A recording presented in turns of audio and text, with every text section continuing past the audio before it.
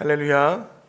오늘도 새벽 기도의 자리에서 말씀을 듣고 간절히 기도하심으로 내 안에 계신 주님과 풍성한 교제를 나누시고 주시는 힘과 능력으로 가정과 또 교회와 일터에서 승리하는 복된 한 날 되시기를 주님의 이름으로 축원합니다.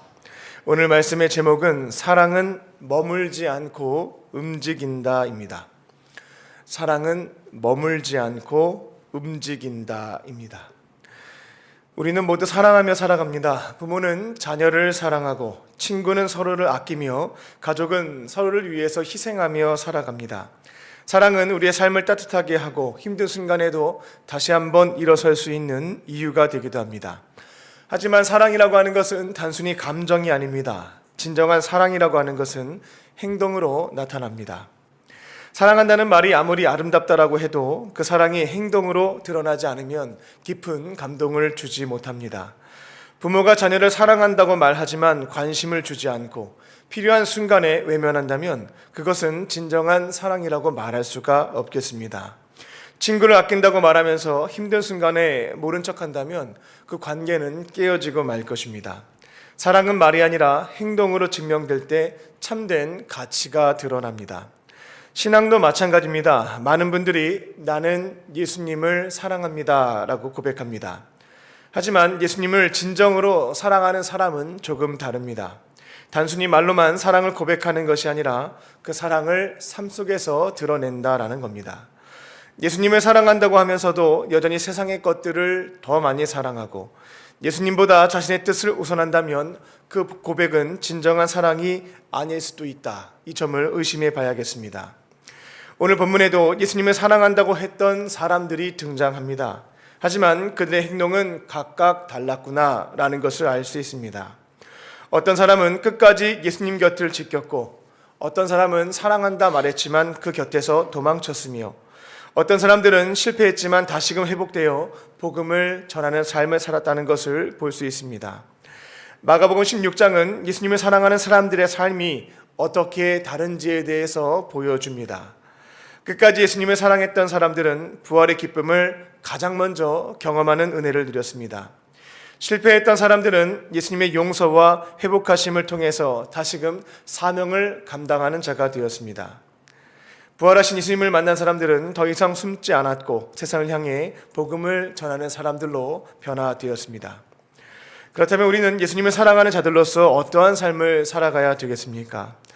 예수님을 사랑하는 것은 감정적인 것이 아닙니다. 그것은 끝까지 함께하고 포기하지 않으며 반드시 흘러가는 사랑으로 나타나는 줄로 믿습니다. 오늘 말씀을 통해 우리의 사랑이 머물러 있는 것이 아니라 움직이는 사랑이 되기를 소망합니다. 오늘 선포되는 말씀을 믿고 순종하심으로 예수님을 사랑하는 그리스도인답게 움직이며 걸어가는 저와 여러분 되시기를 주님의 이름으로 축원합니다. 첫 번째로 사랑은 끝까지 함께합니다. 사랑은 끝까지 함께합니다. 예수님을 따랐던 많은 사람들이 있었지만 그들의 사랑의 모습이 모두 다 동일하진 않았습니다. 예수님이 십자가에서 돌아가시자 제자들은 두려움 속에 숨어버렸습니다. 그들도 같이 붙잡혀서 죽을까 봐 예수님과의 모든 관계를 단절한 채 문을 걸어 잠궜습니다. 그러나 모든 사람들이 그렇게 반응했던 것은 아닙니다. 끝까지 예수님 곁에 머물렀던 사람들이 있었습니다. 본문 1절을 보면 안식 후 첫날 새벽에 주일 아침입니다. 막달라 마리아와 몇몇 여인들은 예수님의 시신에 향품을 바르기 위해서 무덤으로 갔습니다. 그들은 더 이상 돌아가신 예수님을 위해서 할 수 있는 것이 없었지만 마지막까지 그분을 섬기고자 했던 겁니다. 하지만 가는 길에 한 가지 큰 문제가 있었습니다. 무덤의 입구는 큰 돌로 막혀 있었고 이 여인들이 그 돌을 옮길 수는 없었던 일이었습니다. 그들은 걱정하며 말했습니다. 3절입니다. 누가 우리를 위해서 무덤 입구를 막고 있는 저 큰 돌을 옮겨줄 수 있을까? 그 돌은 그들에게 도저히 감당할 수 없는 장애물이었습니다. 하지만 그들은 장애물 앞에서 멈춰서진 않았습니다. 그들에게 중요한 것은 돌이 아니라 끝까지 예수님 곁에 머무는 것, 그분을 사랑하는 것이었습니다. 그런데 놀라운 일이 일어났습니다. 4절을 보시게 되면 무덤을 가로막고 있었던 그 돌이 이미 굴러져 있었다라는 겁니다. 하나님께서 먼저 그들의 길을 열어주셨던 겁니다. 인간의 힘으로는, 이 여인들의 힘으로는 옮길 수 없었던 돌이었는데 하나님에 의해서 치워졌던 겁니다. 끝까지 예수님을 사랑했던 자들에게 하나님께서 먼저 길을 여시고 역사하신 것을 볼 수가 있습니다. 그리고 그 자리에서 그들은 천사를 만납니다. 6절을 보시면 천사들은 이렇게 말합니다. 너희가 찾는 나사렛 예수는 여기 계시지 않는다. 그가 말씀하신 대로 살아나셨다. 그들은 예수님의 부활 소식을 가장 먼저 들었던 사람이 되었습니다. 잠시 후 부활하신 예수님께서는 직접 그들에게 나타나시기도 했습니다. 예수님은 끝까지 남아있었던 자들에게 먼저 찾아오셨습니다. 많은 이들이 도망쳤지만 끝까지 사랑하며 함께했던 제자들에게 가장 먼저 부활의 기쁨을 말씀하셨고 그들은 첫 번째로 부활의 증인들이 되는 은혜를 경험했습니다. 이 여인들이 끝까지 예수님을 사랑할 수 있었던 이유는 무엇이었을까요? 그것은 그들이 예수님에게 받았던 사랑을 기억했기 때문입니다. 막달라 마리아는 예수님을 만나기 전에 7 귀신에게 어려움을 당했던 여인이었습니다. 세상에서 버림을 받았고 절망 속에 있었던 자에게 찾아오셨고 예수님이 자유케 하셨습니다. 그녀에게 예수님은 단순한 선생님이 아니라 삶을 전적으로 바꿔주신 구원자, 영원히 사랑하고 경배할 대상이었습니다. 예수님의 사랑을 깊이 경험한 사람은 끝까지 그 곁에 머물 수 있습니다. 그리고 끝까지 사랑하는 사람에게 주시는 하나님의 은혜는 오늘도 동일한 줄로 믿습니다. 예수님을 사랑하는 사람은 다릅니다. 예수님을 사랑하는 사람은 환경이 힘들어도 포기하지 않습니다. 예수님을 사랑하는 사람은 장애물이 앞을 가로막아도 멈추지 않습니다. 그리고 끝까지 사랑하는 자에게 하나님이 길을 열어주십니다. 사람의 힘으로 불가능한 벽이 막고 있다 할지라도 하나님은 그 돌을 굴려주시고 길을 내어주시는 줄로 믿습니다. 우리들도 예수님을 끝까지 사랑하는 사람이 되어 하나님께서 주시는 놀라운 은혜를 체험하는 저와 여러분 되시기를 주님의 이름으로 축원합니다. 두 번째로, 사랑은 포기하지 않습니다. 사랑은 포기하지 않습니다. 십자가 앞에서 그리고 예수님이 돌아가신 후에 많은 이들이 절망하고 도망쳤습니다. 그들은 예수님을 따르겠다라고 말했지만 두려움 앞에서 주님을 버렸고 부활의 소식을 듣지도 못했습니다. 하지만 예수님은 그들을 포기하시지 않았습니다. 예수님은 끝까지 자신을 사랑했던 자들에게만 나타나신 것이 아니라 사랑을 지키지 못하고 실패했던 사람들, 의심하고 도망쳤던 자들에게도 찾아가셨습니다. 그들은 예수님 곁을 떠나갔지만 예수님은 그들 곁을 떠나시지 않았습니다. 그들은 예수님을 포기했지만 예수님은 그들을 포기하지 않으셨습니다. 예수님이 부활하셨다는 소식은 이미 여러 차례 전해졌습니다. 10절입니다. 막달라 마리아가 예수님을 만난 후에 제자들에게 찾아가서 전했습니다. 예수님이 부활하셨다. 하지만 그들은 믿지 않았습니다.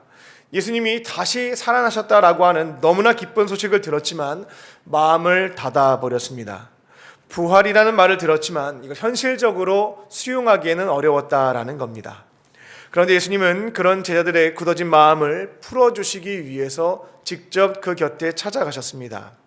14절입니다. 그 후에 11 제자가 음식을 먹을 때에 예수께서 그들에게 나타나사 그들의 믿지 않음과 마음이 완악하심을 꾸짖으시니 이는 자기가 살아난 것을 본 자들의 말을 믿지 아미함일러라. 예수님은 믿음이 흔들린 자들을 포기하시거나 버리시지 않았습니다. 의심하는 자에게 직접 다가가셔서 그들의 믿음을 회복시켜 주셨다는 겁니다. 12절입니다. 예수님은 절망 속에 엠마오로 가고 있었던 제자들에게도 찾아가셨습니다. 그들은 예수님이 메시아라고 믿었지만 십자가에서 너무나 무기력하게 죽으시는 모습을 보고 모든 기대가 무너져 버리고 말았습니다. 그런데 그때 예수님께서는 그들에게 나타나셨습니다. 그러나 그들은 예수님인 줄 알아보지 못했습니다. 예수님은 그들 곁에서 함께 길을 걸으며 성경에서 예수님을 예언했던 것들을 쭉 말씀하시며 예수님의 십자가 고난에 대해서 풀어 설명해 주셨고 또 떡을 떼어 주셨을 때 그제야 그들의 눈이 열려 예수님이 살아나셨음을 알게 되고 보게 되었습니다. 예수님은 절망하며 떠나가던 제자들을 그냥 두지 않으셨습니다. 그들에게 찾아가셨고 말씀으로 그들의 마음을 뜨겁게 하셨습니다. 그들이 다시 믿음의 길로 돌아올 수 있도록 직접 찾아가셔서 떡을 떼어주며 그들의 눈을 열어주셨습니다.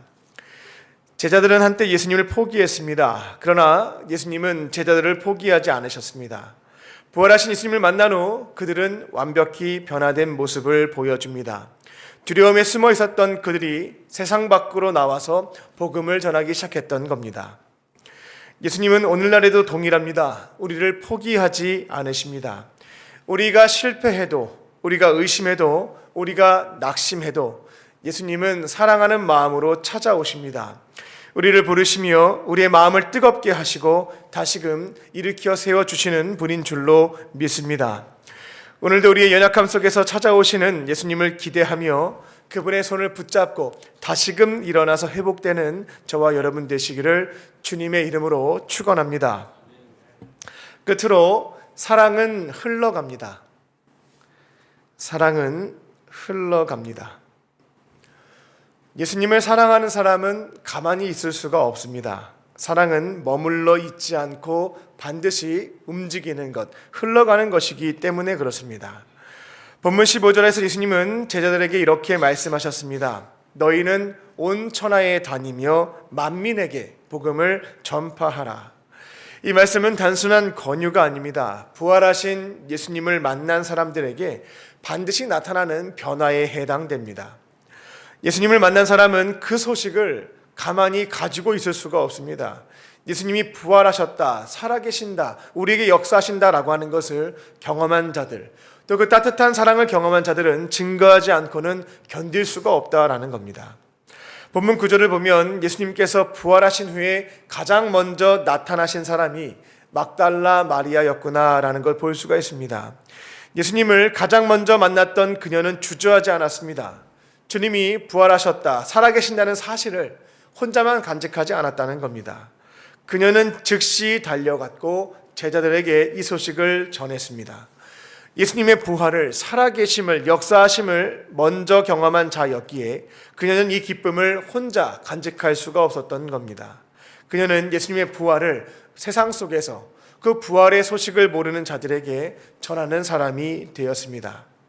하지만 그녀가 전한 복음의 소식을 제자들은 전혀 믿지 않았습니다. 그런 반응이 돌아왔습니다. 하지만 그녀는 실망하지 않았습니다.